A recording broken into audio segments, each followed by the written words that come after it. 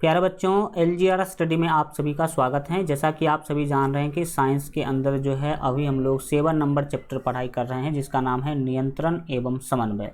और आज इसका सेकंड क्लास होने वाला है। एक क्लास इस चैप्टर का ऑलरेडी हो चुका है। काफ़ी ज़्यादा महत्वपूर्ण जो कंसेप्ट है वो आज हम लोग पढ़ने वाले हैं। मस्तिष्क से रिलेटेड ज़्यादा कंसेप्ट पढ़ेंगे और मस्तिष्क से रिलेटेड क्वेश्चन भी ज़्यादा आपके एग्जाम में आता है, तो ध्यान से सीखने समझने की कोशिश कीजिएगा। चलिए कंटिन्यू करते हैं। और सबसे पहले आज का जो हमारा जो फर्स्ट टॉपिक है वो यहाँ पर आपको दिख रहा होगा, तंत्रिका कोशिका है। पिछले क्लास में भी तंत्रिका कोशिका के बारे में बहुत सारे चीज़ों का अध्ययन हम लोगों ने किया था। आज जो हमारा फर्स्ट टॉपिक है वो है तंत्रिका कोशिका, यानी कि न्यूरॉन की रचना। तंत्रिका कोशिका को ही हम न्यूरॉन कहते हैं, तो इसके रचना के बारे में जानेंगे, यानी कि तंत्रिका कोशिका कौन कौन से अंगों से मिलकर बने होते हैं उसके बारे में, और उसका क्या काम है उसका भी अध्ययन करेंगे। तो चलिए शुरू करते हैं। यहाँ पर आप को अगर एग्जाम में क्वेश्चन पूछा जाएगा तो कैसे पूछा जाएगा? पूछा जाएगा कि तंत्रिका कोशिका की रचना का वर्णन करें, ठीक है, या फिर तंत्रिका कोशिका के रचना के बारे में बतावें। तो आप देखिएगा, आपको पता होना चाहिए कि न्यूरॉन मानव शरीर की सबसे बड़ी कोशिका होती है। ये पहली बात याद रखिए, यही आपका न्यूरॉन, ठीक है। और ये मानव शरीर की क्या होती है? सबसे बड़ी कोशिका होती है, जिसके निम्नलिखित भाग होते हैं, जिसमें से पहला भाग जो है वो है द्रुमिकाएँ, जिसको डेंड्राइट कहेंगे। द्रुमिका को ही हम क्या बोलेंगे? तो डेंड्राइट बोलेंगे। तो चलिए सबसे पहले हम लोग द्रुमिका, इसको इंग्लिश में डेंड्राइट बोलेंगे, तो जानते हैं द्रुमिका क्या है, इसका क्या काम है, उसके बारे में अब हम पढ़ना शुरू करते हैं। सबसे पहले आप फिगर में देख लीजिए कि द्रुमिका है कहाँ। तो यहाँ पर आपको दिख रहा होगा, यहाँ पे द्रुमिका लिखा हुआ है। तो ये जो आपको रोआ जैसे जो भाग दिखाई दे रहा है, यही है द्रुमिकाएँ। यही क्या है? द्रुमिकाएँ हैं, जिसको मैं ऐसे मतलब बाउंडेड कर रहा हूँ, घेर रहा हूँ ना, वही है द्रुमिकाएँ। जो आपको जर के पेड़ के सिर यानी कि जर के जैसे भी लग रहा होगा, वही द्रुमिकाएँ हैं। पूरा है तंत्रिका कोशिका, उसमें द्रुमिका क्या है वो आपने देखा। यहाँ पे अभी आपको लिखा है कि यह खाली एवं रोमवत, ये जो है ना खाली होता है और रोमवत होता है। रोमवत मतलब रोआ के जैसे, आपको दिख भी रहा होगा, रोआ के जैसे है। रचनाएं होती हैं, किसकी जैसे रचनाएं होती हैं? तो रोआ के जैसे रचनाएं होती हैं, जहां सूचनाएं उपार्जित की जाती हैं। मतलब समझिए कि आखिर द्रुमिका का काम क्या है। सबसे पहले तो आपने देखा कि द्रुमिका है कौन, कहाँ पर है द्रुमिका। अब उसका काम है सूचनाएं उपार्जित करना। क्या करना? सूचनाएं उपार्जित करना। मतलब ये कि अगर बाहर से कोई भी आवेग उत्पन्न होता है तो उसको ग्रहण करेगा द्रुमिका। इसका मैं प्रोसेस बता देता हूँ। द्रुमिका से कोई सूचना आती है इस वाले भाग में, जो आपको हल्का केसरिया रंग का दिख रहा होगा, इसको कहते हैं कोशिकाकाय। अब कोशिकाकाय से सूचना इधर की ओर बढ़ती है, जिसको तंत्रिकाक्ष कहते हैं। तंत्रिकाक्ष होते हुए ये तंत्रिका का अंतिम सिरा यहाँ तक पहुँचता है। ये वाला जो पार्ट है वही तंत्रिका का अंतिम सिरा है, यहाँ तक पहुँचता है सूचना। और फिर यहाँ से यहाँ पर अब इसके बाद भी एक तंत्रिका कोशिका होती है। इसके बाद क्या होती है? तंत्रिका कोशिका। और इस दोनों के बीच में खाली स्थान होता है, जिसे सिनेप्स कहते हैं। तो फिर हल्का खाली स्थान को पार करती है, फिर दूसरे तंत्रिका कोशिका में, जो कि इसके जैसा ही होता है, तो दूसरे तंत्रिका कोशिका में आती है। और फिर यहाँ से ऐसे ही एक तंत्रिका कोशिका से दूसरे में, दूसरे से तीसरे में जाते जाते मस्तिष्क तक पहुँचती है। कोई भी सूचनाएं कहाँ तक पहुँचती है? मस्तिष्क तक पहुँचती है, और मस्तिष्क उसका विश्लेषण करता है। तो उसके बारे में तो हम आगे बात करेंगे। तो यहाँ पर सीधा सीधा आपने समझा कि द्रुमिकाएँ जो है खाली एवं रोमवत रचनाएँ होती हैं, जहाँ सूचनाएं उपार्जित की जाती हैं। मतलब यहाँ से ही सूचना ग्रहण किया जाता है। सूचना क्या किया जाता है? ग्रहण किया जाता है। ठीक है, जैसे मैं आपको बताने का कोशिश करूं तो मान लीजिए कि किसी व्यक्ति ने आपको पीछे से टच किया, ठीक, तो पीछे से टच करेगा तो सबसे पहले वह व्यक्ति ने आपके त्वचा को स्पर्श किया, तो त्वचा में आप सीधा समझ लीजिए कनेक्टेड होता है द्रुमिका। त्वचा में कौन कनेक्टेड होता है, तो ये द्रुमिका कनेक्टेड होता है, मतलब त्वचा से जुड़ा होता है, सीधा ऐसा समझ सकते हैं। या फिर ऐसे भी समझ सकते हैं कि त्वचा जो है वो छूने का जो सूचना, आपको किसी ने पीछे से छुआ, किसी ने टच किया, तो टच करने का सूचना पहले किसको देगी, त्वचा, तो द्रुमिका को देगी। द्रुमिका देगा मतलब इस वाले पार्ट को, जो ये वाला पार्ट दिख रहा है, केसरिया वाला पार्ट दिख रहा है, जिसको कोशिका काय कहते हैं। अब कोशिका काय देगा तंत्रिकाक्ष को, यानी कि इस रास्ते होते हुए ये इस वाले भाग में आएगा जिसका नाम है तंत्रिका का अंतिम सिरा, और इस भाग से फिर दूसरे तंत्रिका कोशिका में जाएगा, दूसरे से तीसरे तंत्रिका कोशिका में, पूरा इसी प्रोसेस के तहत जाएगा और ये चलते चलते मस्तिष्क तक पहुंचता है। ठीक है, तो वही बोला गया है कि यह खाली एवं रोमवत रचनाएं होती हैं जहां सूचनाएं उपार्जित की जाती है। उपार्जित करना मतलब ग्रहण करना, यानी कि प्राप्त करना। ठीक है, तो द्रुमिका के बारे में आपने देखा, यहाँ पर हमें ये फिगर बनाने की ज़रूरत नहीं थी, लेकिन मैं आपको सारे प्रोसेस को समझा सकूं इसीलिए मैंने फिगर सामने में रखा है। ठीक है, अब बढ़ेंगे आगे, आगे की चीज़ों को समझिएगा। अगला है कोशिका काय, जिसको साइटोन भी कहेंगे हम। कोशिका काय को इंग्लिश में क्या बोलते हैं, साइटोन बोलते हैं। यहाँ पर आप देख ही पा रहे हैं कि कोशिका काय कौन है। ये जो आपको केसरिया वाला भाग दिख रहा है इसे ही कोशिका काय कहते हैं, और ये काला वाला जो भाग अंदर में दिख रहा है ये केंद्रक है। ये क्या है, केंद्रक है। तो हम बात करेंगे सबसे पहले कोशिका काय के बारे में। तो समझिएगा कोशिका काय क्या होता है। देखिए, यह एक तारे की आकार की रचना है। किसके आकार की, तारा, यानी कि स्टार। दिख भी रहा होगा, ये जो आपको केसरिया दिख रहा है स्टार के जैसे दिख भी रहा होगा आपको। तो ये एक तारे की आकार की क्या होती है, ये वाला, ये रचना है, जिसके बीचों बीच एक केंद्रक पाया जाता है। बिल्कुल सही, इसके बीचों बीच में देख सकते हैं कि यहाँ पर एक क्या है, केंद्रक है। इससे होकर सूचनाएं विद्युत आवेग की तरह यात्रा करती हैं। याद रखिएगा, एग्जाम में पूछा जा सकता है, वेरी वेरी इंपॉर्टेंट क्वेश्चन, कि कोशिका काय में जो सूचनाएं हैं वो किसकी तरह जो है यात्रा करती है, तो विद्युत आवेग की तरह। जो आपका द्रुमिका है, द्रुमिका ने पहले सूचना को लिया और वो सूचना कोशिका काय को दे दिया। अब कोशिका काय में जो सूचना यात्रा करेगी वो किसके रूप में करेगी, तो विद्युत आवेग के रूप में, यानी कि विद्युत जो है संवेदनाओं के रूप में चलना शुरू करेगी। तो इसमें जो गति होता है, मतलब यात्रा जो करती है सूचना, किसमें, तो कोशिका काय में। कोशिका काय में विद्युत आवेग की तरह जो यात्रा करती है, याद रखें, क्योंकि एग्जाम में पूछा जाएगा कि निम्नलिखित में से किसमें सूचनाएं जो है विद्युत आवेग की तरह यात्रा करती हैं, तो आपको बताना होगा कोशिका काय। इसमें मतलब किसमें, तो कोशिका काय में। कोशिका काय से होकर सूचनाएं विद्युत आवेग की तरह यात्रा करती है, और कोशिका काय सूचना को किसको दे देता है, तो तंत्रिकाक्ष को देता है। यहाँ से लेकर के यहाँ तक का भाग तंत्रिकाक्ष कहलाता है, और ये वाला जो चीज़ है वो तंत्रिकाक्ष का अंतिम सिरा है, लास्ट में वहाँ तक पहुँचता है। तो आपने क्या देखा कोशिका काय के बारे में, यह देखा कि यह एक तारे की आकार की रचना है, दिख भी रहा है स्टार की तरह, जिसके बीचों बीच एक केंद्रक पाया जाता है। बिल्कुल सही, केंद्रक यहाँ पर हमें दिख भी रहा है, और इससे होकर सूचनाएं विद्युत आवेग की तरह यात्रा करती है। ये वेरी वेरी इंपॉर्टेंट पॉइंट क्या करें आप याद रखें। आगे बढ़ते हैं, नेक्स्ट हम तीसरे अंग की बात करेंगे जिसका नाम है तंत्रिकाक्ष या एक्सॉन भी कहते हैं।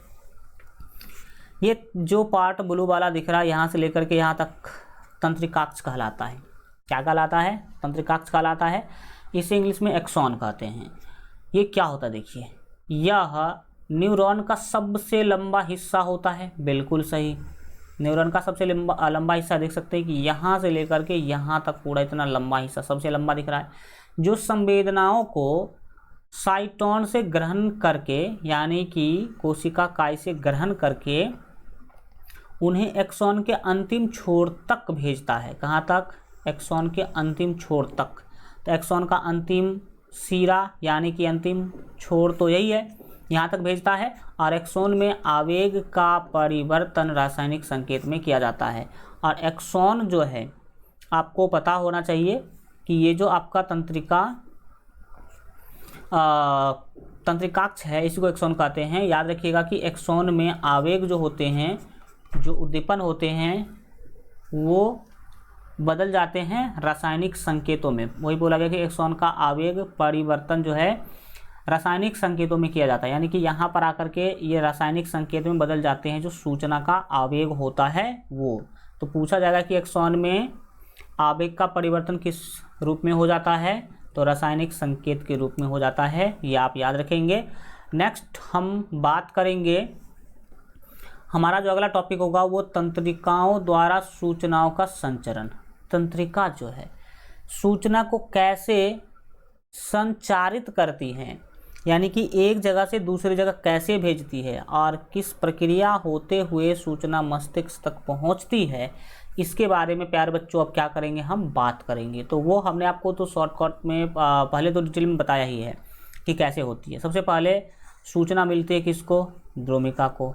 द्रुमिका कोशिका काय को देता है, कोशिका काय दे देता है तंत्रिकाक्ष को, तंत्रिकाक्ष देता है तंत्रिका का अंतिम सिरा जो है उसको, और ये सिरा अगले तंत्रिका कोशिका के, मान लीजिए कि ये दूसरा तंत्रिका कोशिका है, अगले तंत्रिका कोशिका के ये द्रुमिका को देता है दूसरा। अब इसके बाद जो तंत्रिका कोशिका होगा ना उसके द्रुमिका को देगा, फिर वो दूसरे तंत्र का जो द्रुमिका है फिर कोशिका काय को देगा, फिर तंत्रिकाक्ष को देगा, फिर इसी तरह से प्रोसेस चलता रहेगा।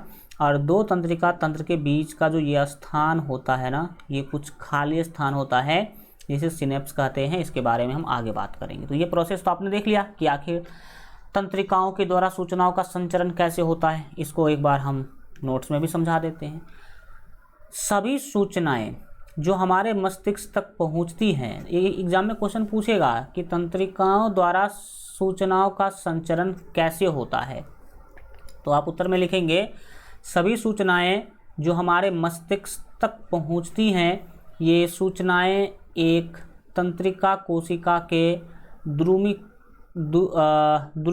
द्रुमाकृतिक सिराओं द्वारा उपार्जित की जाती हैं। किसके द्वारा?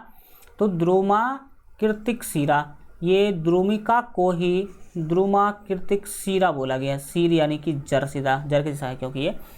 तो सबसे पहले किसके द्वारा उपार्जित किया जाता है? उपार्जित मतलब ग्रहण किया जाता है किसके द्वारा? तो द्रुमाकृतिक सिरे के द्वारा, जिसे हम द्रुमिका कहते हैं। सबसे पहले यहाँ आया और एक रासायनिक क्रिया द्वारा विद्युत आवेग पैदा करता है, और यहाँ पर एक रासायनिक क्रिया होती है और विद्युत आवेग पैदा करता है, और यह आवेग द्रुमिका से कोशिका काय तक जाता है, और यह आवेग द्रुमिका से कहाँ चला गया? कोशिका काय में आ गया, इस केसरिया वाले भाग में आ जाता है। फिर तब तंत्रिकाक्ष में होता हुआ, किस में होता हुआ? ये तंत्रिकाक्ष है, तंत्रिकाक्ष में होता हुआ इसके अंतिम सिरे तक पहुंच जाता है, और यही तो है तंत्रिकाक्ष का अंतिम सिरा, यहाँ तक पहुंच जाता है। इस तरह से एक तंत्रिकाओं के द्वारा जो है सूचनाओं का संचरण होता है। उसके बाद क्या होता है?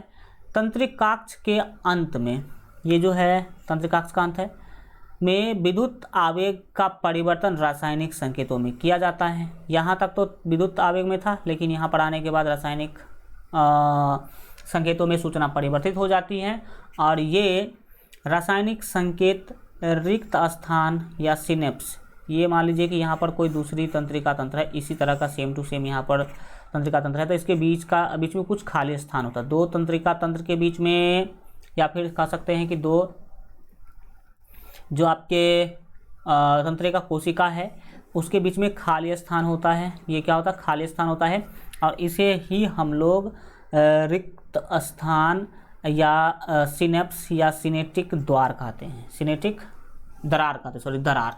तो ये जो है तंत्रिका का अंतिम सिरा से ये खाली स्थान में आता है, और खाली स्थान से फिर दूसरे तंत्रिका कोशिका में सेम टू सेम इसी तरह से क्या करता है? गति करता है। तो यहाँ पर लिखा भी है कि ये रासायनिक संकेत रिक्त स्थान या सिनेप्स, जिसे सिनेप्टिक द्वार कहते हैं, को पार करते हैं। सही बात, ये खाली स्थान को क्या करेगा, सूचना पार करेगा और अगली तंत्रिका के द्रुमिका में इसी तरह का विद्युत आवेग प्रारंभ करते हैं और अगली कोशिका का जो द्रुमिका होता होगा उसी में पहुंचता होगा और इस प्रकार सूचनाएं एक जगह से दूसरी जगह संचारित यानी कि जाती रहती हैं। ठीक है, यहाँ पर लिखा है कि संचारण एक जगह से दूसरी जगह संचारित हो जाती है, यानी कि एक जगह से दूसरी जगह तक चली जाती हैं। ठीक है, और एक तंत्रिका कोशिका से दूसरे में जाएगा, दूसरे से तीसरे में जाएगा, तीसरे से चौथे में जाएगा और इस तरह से जाते जाते मस्तिष्क तक पहुंच जाता है। कहाँ तक पहुंचता है, मस्तिष्क तक पहुंच जाता है।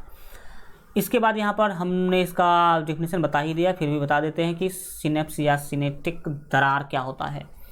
तो दो तंत्रिका कोशिका के बीच में एक रिक्त स्थान पाया जाता है, यानी कि खाली स्थान पाया जाता है और इसे ही सिनेप्स या सिनेप्टिक दरार कहते हैं।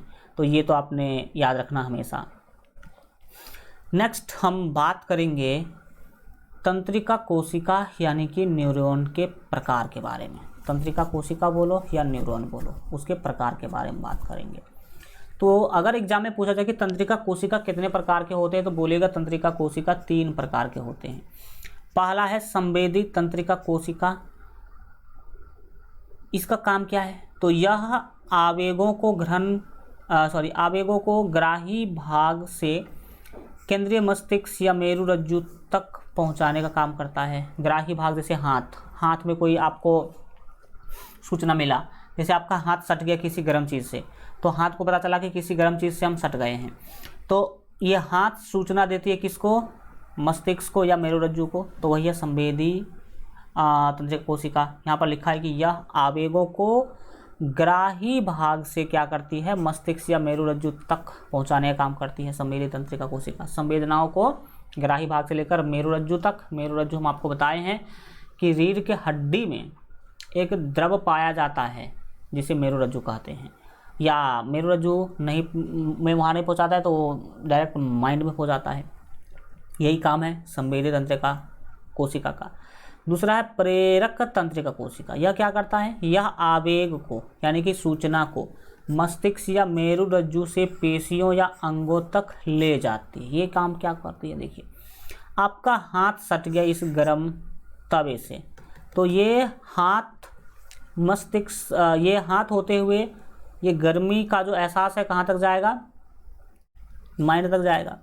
फिर माइंड उस सूचना के बारे में सोचेगा कि क्या हो रहा है नहीं हो रहा, और माइंड फिर सूचना भेजेगा हाथ को कि हटो वहाँ से, गर्म चीज़ में सटे हुए हो, खतरा है। ठीक है, तो पहली बार तो सूचना जाती है सटने का कि हाँ आपके हाथ में गर्म चीज़ सट गया है माइंड तक, और फिर माइंड ऑर्डर देती है, हाथ को कि वहाँ से हटो।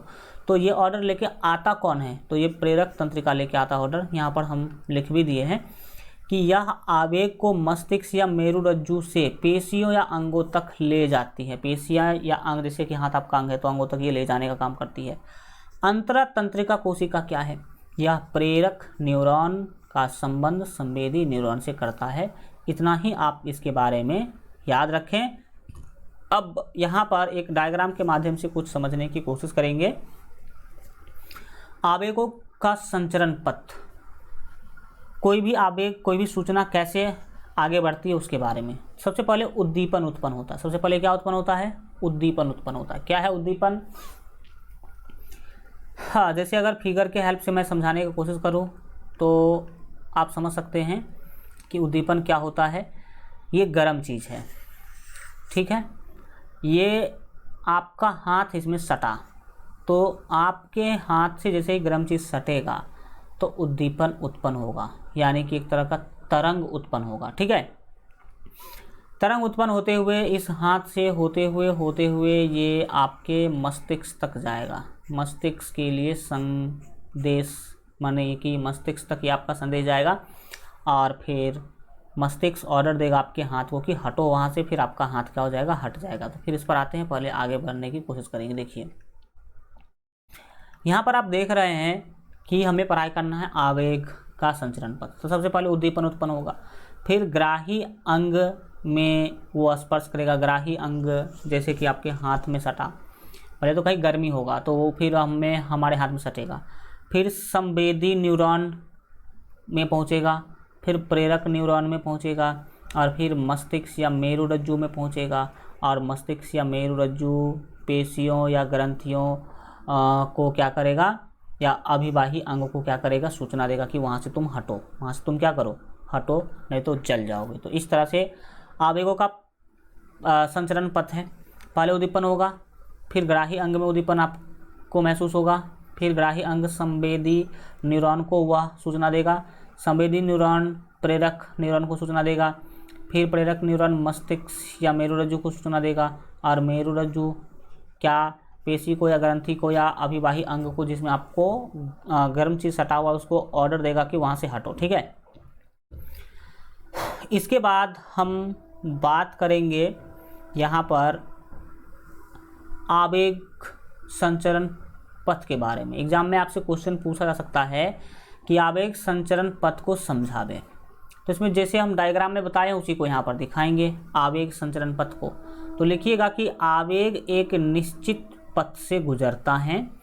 सर्वप्रथम संवेदी न्यूरॉन, सबसे पहले क्या होती है, सर्वप्रथम यानी सबसे पहले संवेदी न्यूरॉन संवेदी ग्राही भाग से आवेग को प्राप्त करता है और उसे विद्युत संकेतों में परिवर्तित करता है।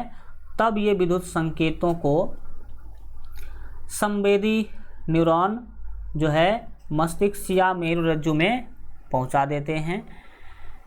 मस्तिष्क या मेरुरज्जु इन आवेगों को प्राप्त करके उचित निर्देश का आदेश निर्गत करती है।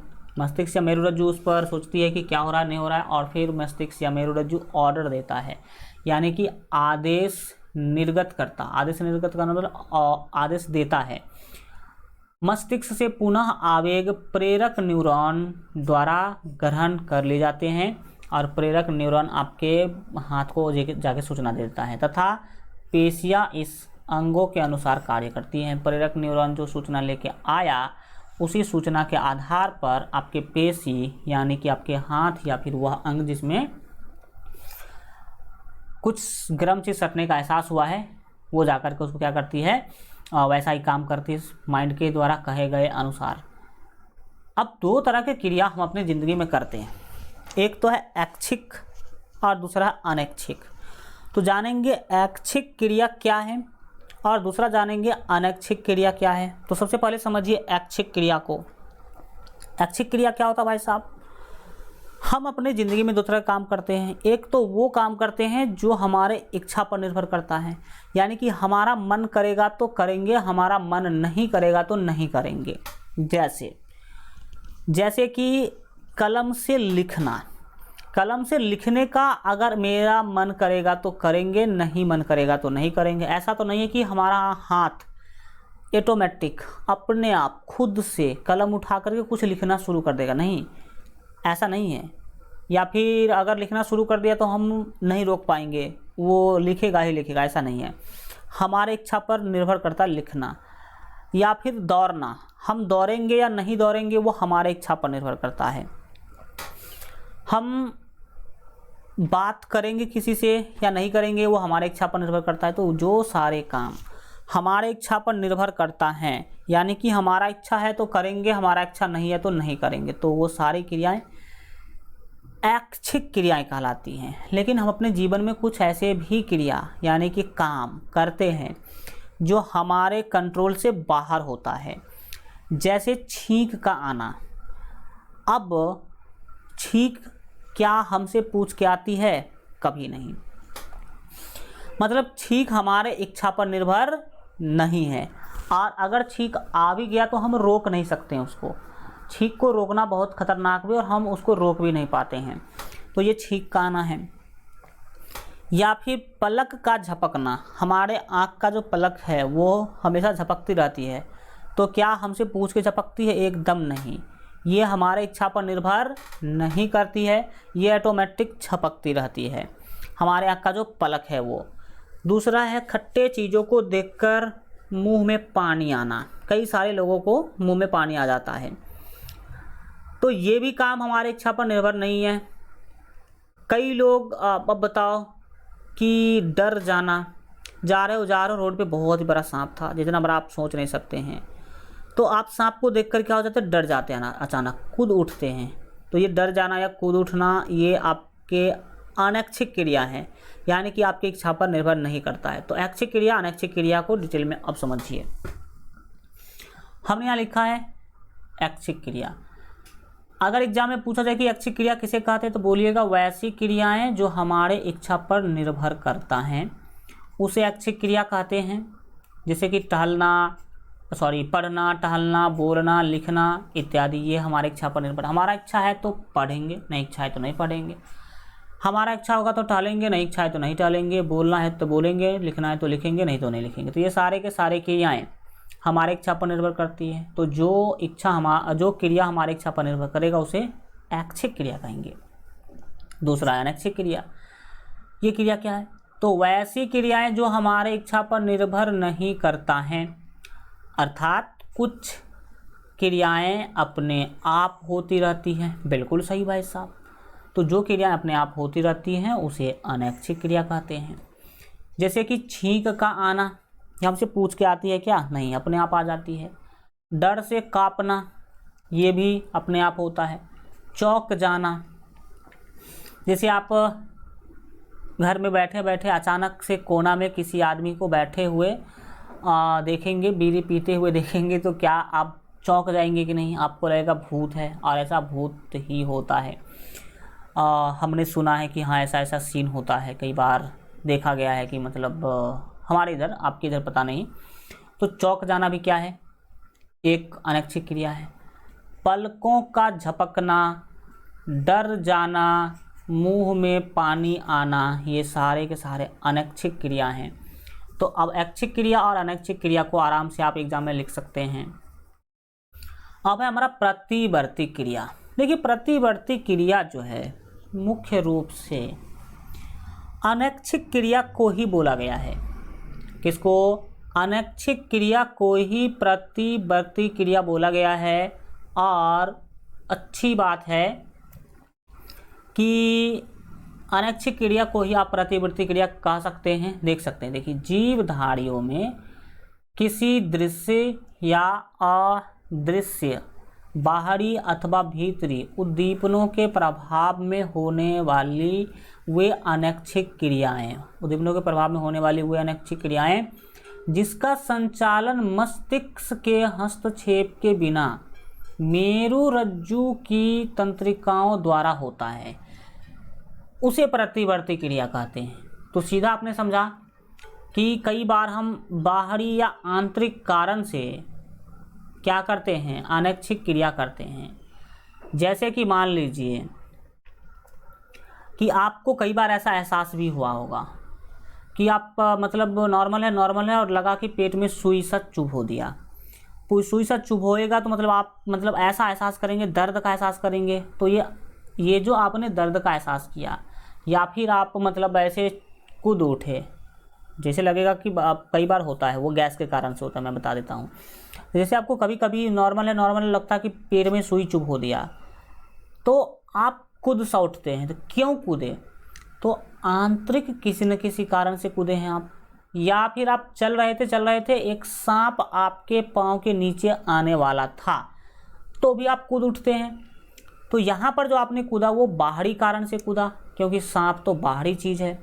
तो आप जो है दृश्य या अदृश्य, यानी कि कुछ ऐसी चीज़ें जिसको देखते हैं या कुछ ऐसी चीज़ें जिसको नहीं देखते हैं, तो किसी चीज़ को देखे या बिना देखे आप अगर कूदते हैं या फिर क्रिया करते हैं, किसी बाहरी या भीतरी उद्दीपन के प्रभाव में होने वाली जो आप अनैच्छिक क्रियाएं करते हैं, जिसका संचालन मस्तिष्क के हस्तक्षेप के बिना होता है, यानी कि उसका संचालन मस्तिष्क के द्वारा नहीं होता। याद रखिएगा, सारे क्रियाओं का संचालन मस्तिष्क करती हैं, लेकिन कुछ ऐसी अनैच्छिक क्रिया हैं जिसको कंट्रोल मस्तिष्क नहीं करती है। जिसको कंट्रोल कौन करती है, मेरुरज्जु, और मेरुरज्जु की तंत्रिकाओं द्वारा ही उसका कंट्रोलिंग होता है। और जिस भी क्रिया का कंट्रोलिंग मेरुरज्जु के द्वारा होता है उसे प्रतिवर्ती क्रिया कहते हैं। जैसे कि आप यहाँ पर देख सकते हैं, खटाई देखकर मुंह में पानी आना। तो खटाई जो है आपके लिए एक बाहरी उद्दीपन है, बाहरी कारक है, जो कि दृश्य भी है, यानी कि देख सकते हैं इसको। तो खटाई देखकर मुंह में पानी आ रहा है, तो ये कैसी क्रिया है? अनैच्छिक क्रिया है। और यही अनैच्छिक क्रियाएं प्रतिवर्ती क्रियाएं कहलाती हैं, जिसका कंट्रोलिंग मस्तिष्क नहीं करती है, मेरुरज्जु करती है। सीधा समझ में आ रहा है? तो मुख्य रूप से प्रतिवर्ती क्रिया जो है वो अनैच्छिक क्रिया को ही आप कह सकते हैं। अब प्रतिवर्ती चाप के बारे में बात करेंगे कि प्रतिवर्ती चाप क्या होता है। तो आप लिखिएगा, अगर एग्जाम में पूछा जाए प्रतिवर्ती चाप क्या है तो बोलिएगा आवेगों का संचरण जिस मार्ग से होता है उसे प्रतिवर्ती चाप कहते हैं। आवेग जिस रास्ता से होते हुए आपके मस्तिष्क तक पहुंचता है उसे ही प्रतिवर्ती चाप कहते हैं। जैसे कि मान लीजिए कि आपके हाथ में गर्म चीज़ सटा, तो वो गर्म चीज़ आपके त्वचा को पता चला, हाथ के त्वचा को। अब हाथ की त्वचा उस सूचना को जिस रास्ता होते हुए आपके माइंड तक पहुंचाएगा, उसी रास्ता को प्रतिवर्ती चाप कहते हैं। और प्रतिवर्ती चाप के 5 घटक होते हैं, यानी कि रास्ता में 5 तरह के अंग होते हैं जिसको पार करते हुए सूचना मस्तिष्क तक पहुंचती है। पहला है ग्राही अंग, दूसरा संवेदी तंत्रिका, तीसरा है तंत्रिका केंद्र, और चौथा है प्रेरक तंत्रिका, और अंतिम होता है अभिवाही अंग की पेशी। अभिवाही अंग की पेशी, ये 5 प्रकार के अंग से होते हुए कोई भी सूचना माइंड तक पहुंचती है, जिसे हम प्रतिवर्ती चाप कहते हैं। इस फिगर में प्रतिवर्ती चाप को आप समझ सकते हैं बहुत ही अच्छा तरीका से। यहाँ पर कोई गर्म चीज़ रखा हुआ है, ये आपके हाथ में सटेगा, तो हाथ में सटेगा तो यहाँ पर आपको उंगली में सूचना प्राप्त होगा। वो त्वचा इस रास्ते होते हुए, इस रास्ते देखिए तीर लगा हुआ है, रास्ते होते हुए इधर से होते हुए क्या करेगा? मस्तिष्क को सूचना देगा। मस्तिष्क के लिए संवेग यहाँ से जाएगा, मस्तिष्क तक पहुँचेगा। तो जिस रास्ते होते हुए सूचना गया उसे प्रतिवर्ती चाप कहते हैं। यहाँ पर प्रतिवर्ती चाप के कुछ मुख्य अंग को दिखा देते हैं। ग्राही या बराबर उष्मा दर्द त्वचा में ग्राही। ग्राही किसको कहते हैं? जो सूचना को ग्रहण करता पहले पहल उसे ग्राही कहते हैं। तो उष्मा या दर्द को एहसास करता है। मान लीजिए कि यहाँ पर सटा, तो यहाँ पर गर्म लगा होगा, तो यही ग्राही है। ग्राही से होता हुआ जाता है संवेदी तंत्रिका कोशिका में। ये वाला पार्ट संवेदी तंत्रिका कोशिका कहलाता है। संवेदी तंत्रिका कोशिका के बीच में ही प्रेरक तंत्रिका कोशिका होती है। ये प्रेरक तंत्रिका कोशिका इसी के बीच में है। ये होते हुए ये प्रतिसार तंत्रिका कोशिका में आती है। यहाँ पर प्रतिसार तंत्रिका कोशिका में आया, और प्रतिसार तंत्रिका कोशिका के बाद मेरुरज्जु में आता है, जो पीठ की हड्डी उसमें, और या फिर उसी होते हैं मस्तिष्क के लिए भी संदेश भेजे जाते हैं। और कार्यकर भुजा में पेशी, ये तो काम करने के लिए भुजा का ये मांस होता है, जो हमें भुजा का जो मांस है उसे भुजा में पेशी कहते हैं। तो ये आपने प्रतिवर्ती क्या कर लिया? चाप समझ लिया। अब मानव मस्तिष्क के बारे में समझेंगे हम लोग। बहुत ही ध्यान से देखिएगा मानव मस्तिष्क को। पहले फिगर देखिए। फिगर में आप देख पा रहे हैं ये मानव का ही मस्तिष्क है। मानव मस्तिष्क के मुख्य 3 भाग होते हैं, जिस पर हम चर्चा करेंगे आगे डिटेल में। अभी शॉर्टकट में देख लीजिए। ये आगे वाला जो भाग है इसको अग्र मस्तिष्क कहते हैं, और ये जो बीच वाला भाग आपको दिखाई दे रहा है इसे ही हम लोग पता होना चाहिए कि मध्य मस्तिष्क कहते हैं। यहाँ पर लिखा भी हुआ है मध्य मस्तिष्क। और जो ये पीछे वाला चीज़ आपको दिखाई दे रहा है इसे ही हम पश्च मस्तिष्क यानी कि पिछला मस्तिष्क कहते हैं। ऊपर से बहुत ही कठोर चीज़ों का इस पर कवर किया गया होता है, जिसे कपाल या खोपड़ी कहते हैं, और इस पूरे सिस्टम को मस्तिष्क कहते हैं। तो खैर ये तो हमने शॉर्टकट में देखा फिगर में। नीचे से मेरुरज्जु आती है, रीढ़ के हड्डी से वो है। ये टोटली मानव मस्तिष्क है। मानव मस्तिष्क को समझने से पहले कुछ मैं पॉइंट आपको बता रहा हूँ, उसको समझिएगा। देखिए, याद रखिएगा कि मनुष्य का तंत्रिका तंत्र तंत्रिकाओं का एक विस्तृत जंजाल होता है। विस्तृत जंजाल होता है। तंत्रिकाओं का बहुत ही बड़ा जंजाल जो है उसे ही मानव का तंत्रिका तंत्र कहते हैं। जिसकी तंत्रिकाएं शरीर के कोने कोने में फैली होती है। बिल्कुल सही, तंत्रिका शरीर के कोने कोने में फैला होता है। और तंत्रिकाओं के इन जंजाल को मुख्यतः 3 भागों में बांटा जा सकता है। जो मानव तंत्रिका का जंजाल है उसके 3 भागों में बांट सकते हैं, केंद्रीय तंत्रिका तंत्र, परिधीय तंत्रिका तंत्र और स्वायत्त तंत्रिका तंत्र। ये 3 जंजालों को तीनों भागों में बांट सकते हैं। सबसे पहले हम बात करेंगे केंद्रीय तंत्रिका तंत्र के बारे में। किसके बारे में? अच्छा 1 मिनट,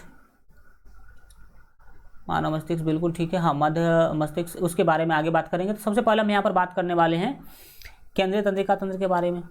क्या होता है, याद रखिएगा कि केंद्रीय तंत्रिका तंत्र क्या है। मानव मस्तिष्क और मेरुरज्जु मिलकर केंद्रीय तंत्रिका तंत्र कहलाते हैं। मस्तिष्क को और मेरुरज्जु को, जो रीढ़ के हड्डी में भरा हुआ है, इसको ही क्या कहते हैं? केंद्रीय तंत्रिका तंत्र कहते हैं। मस्तिष्क को और मेरुरज्जु को मिला करके ही क्या है, मतलब क्या कहलाता है? तो वो कहलाता है केंद्रीय तंत्रिका तंत्र। क्या कहलाता है? केंद्रीय तंत्रिका तंत्र।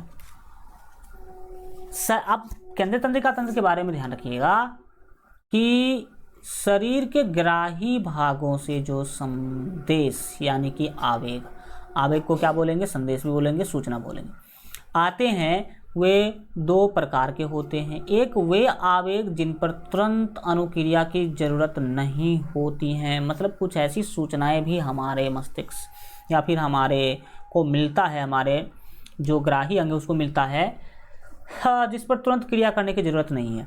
तो ऐसे आवेग यानी कि ऐसे संदेश को मस्तिष्क द्वारा ग्रहण किया जाता है, जिस पर तुरंत रिएक्शन नहीं करना है, तुरंत उस पर काम नहीं करना है। उसको कौन ले जाता है? उसको कौन ग्रहण करता है? तो मस्तिष्क। दूसरा वे आवेग हैं जिन पर तुरंत अनुक्रिया का आदेश आवश्यक होता है, मतलब जिस पर तुरंत जो है हमें सोचना होता है, तुरंत उस पर एक्शन लेना होता है। ऐसे आवेग मेरुरज्जु द्वारा ग्रहण किए जाते हैं। ऐसे आवेग किसके द्वारा ग्रहण किए जाते हैं? मेरुरज्जु द्वारा ग्रहण किए जाते हैं। जैसे कि मान लीजिए कि आप जा रहे सांप है आपके सामने, तो आपका आँख ने सांप देखा, तो सांप आँख ने वो सूचना भेजना शुरू करेगा। तो सूचना सांप देखे भाई साहब तो जल्दी भागना है ना, मतलब वहाँ पर तुरंत अनुक्रिया करना है। सांप के देखने वाले संदेश पर तुरंत अनुक्रिया करें, जल्दी भागना वहाँ से तो, या फिर कूद जाना है। तो ये चीज़ें जिस पर तुरंत अनुक्रिया करना हो, तुरंत हमें रिएक्शन करना हो, तुरंत रिएक्ट करना हो, उसको कौन ग्रहण करेगा? उसे ग्रहण करेगा ये आपके मेरुरज्जु, ठीक है, का होना आवश्यक होता है। ऐसे आवेग मेरुरज्जु द्वारा ग्रहण किए जाते हैं, वो तो समझ गए। और जिस पर तुरंत रिजल्ट ना देना हो, तो उसके बारे में उसको सोचने का काम कौन करता है? उस पर कौन रिएक्शन करता है? तो उसको रिएक्शन करता है मस्तिष्क, उसको मस्तिष्क ग्रहण करता है। अब मानव मस्तिष्क को समझेंगे। अगर पूछ लिया जाए कि मानव मस्तिष्क किसे कहते हैं, तो क्या बोलेंगे आप? उसी को समझते हैं। बोलेगा मानव मस्तिष्क तंत्रिकाओं से बना तंत्रिका तंत्र का एक बहुत बड़ा भाग है, जो मेरुरज्जु के साथ मिलकर केंद्रीय तंत्रिका तंत्र का निर्माण करता है। बिल्कुल सही, मस्तिष्क और मेरुरज्जु को मिलाकर के ही तो केंद्रीय तंत्रिका तंत्र बोलते हैं। अब फिगर में आप देख सकते हैं मानव मस्तिष्क को, हमने बार बार जगह जगह पे फिगर लगा रखा है ताकि आपको फीलिंग जगह कि कैसा होता है मानव मस्तिष्क। मानव मस्तिष्क के भाग को समझिए। तो मानव मस्तिष्क मानव मस्तिष्क के 3 भाग होते हैं। सबसे पहला है अग्र मस्तिष्क। ये आगे वाला जो मस्तिष्क है, आगे वाला जो भाग है आपके दिमाग का, उसे कहते हैं अग्र मस्तिष्क। ये अग्र मस्तिष्क क्या होता है? देखिए, यह सोचने वाला मुख्य भाग है, यानी कि सोचने का मेन काम कौन करता है? अग्र मस्तिष्क करता है। इसमें विभिन्न ग्राहियों से आवेग प्राप्त करने के क्षेत्र होते हैं। सूचना ग्रहण करने का जगह अग्र मस्तिष्क में ही होता है। इसमें सुनने, देखने और सूंघने के लिए विशेष भाग होते हैं। तो एग्जाम में अगर पूछ लिया जाए कि किस मस्तिष्क में सुनने, देखने और सूंघने का विशेष भाग होता है, तो अग्र मस्तिष्क में। यह ऐच्छिक क्रियाओं के गति को नियंत्रित करता है। इसमें मुख से संबंधित केंद्र है। इसमें किससे संबंधित? मुख मतलब मुंह जो है उससे संबंधित केंद्र होते हैं। तो 2-3 बात यहाँ पर हमें पता चला अग्र मस्तिष्क के परिभाषा से। पहला तो ये पता चला कि अग्र मस्तिष्क में सुनने, देखने और सूंघने के लिए विशेष भाग होता है। और दूसरा पता चला कि अग्र मस्तिष्क किसको नियंत्रित करता है? तो ऐच्छिक क्रियाओं के गति को नियंत्रित करता है। जैसे आप दौड़ रहे हैं तो तेज दौड़ेंगे या स्लो दौड़ेंगे, ये कौन तय करेगा? तो अग्र मस्तिष्क तय करेगा। कौन तय करेगा? अग्र मस्तिष्क तय करेगा। अब बात करेंगे हम आगे मध्य मस्तिष्क के बारे में, यानी कि बीच वाले मस्तिष्क के बारे में, जो ये वाला पार्ट है, इसे ही मध्य मस्तिष्क कहते हैं। यह शरीर के सभी अनैच्छिक क्रियाओं को नियंत्रित करता है। मध्य मस्तिष्क के बारे में इतना याद रखिए कि यह अनैच्छिक क्रिया को कंट्रोल करता है, यानी कि नियंत्रित करता है। ये मध्य मस्तिष्क, यहाँ पर आप देख सकते हैं, ये वाला पार्ट ही आपका मध्य मस्तिष्क कहलाता है। जो आप यहाँ पर देख पा रहे हैं, इसको ही मध्य मस्तिष्क कहते हैं। एंड मध्य मस्तिष्क से रिलेटेड एक ही चीज़ याद रखिए कि ये सभी अनैच्छिक क्रियाओं को नियंत्रित करता है। छींकना है या फिर जो भी करना है, अनैच्छिक क्रियाएं, उसको एक नियंत्रित करने का काम करता है। अब हम बात करेंगे तीसरे पश्च मस्तिष्क के बारे में, यानी कि मस्तिष्क के पिछले हिस्से के बारे में, जिसको अनुमस्तिष्क या पश्च मस्तिष्क भी कहते हैं। तो याद रखिएगा कि पश्च मस्तिष्क क्या है। देखिए, यह सभी अनैच्छिक क्रियाओं को नियंत्रित करता है। भाई, ये भी अनैच्छिक क्रिया को ही नियंत्रित करेगा। पश्च मस्तिष्क किस क्रिया को? तो अनैच्छिक क्रिया को।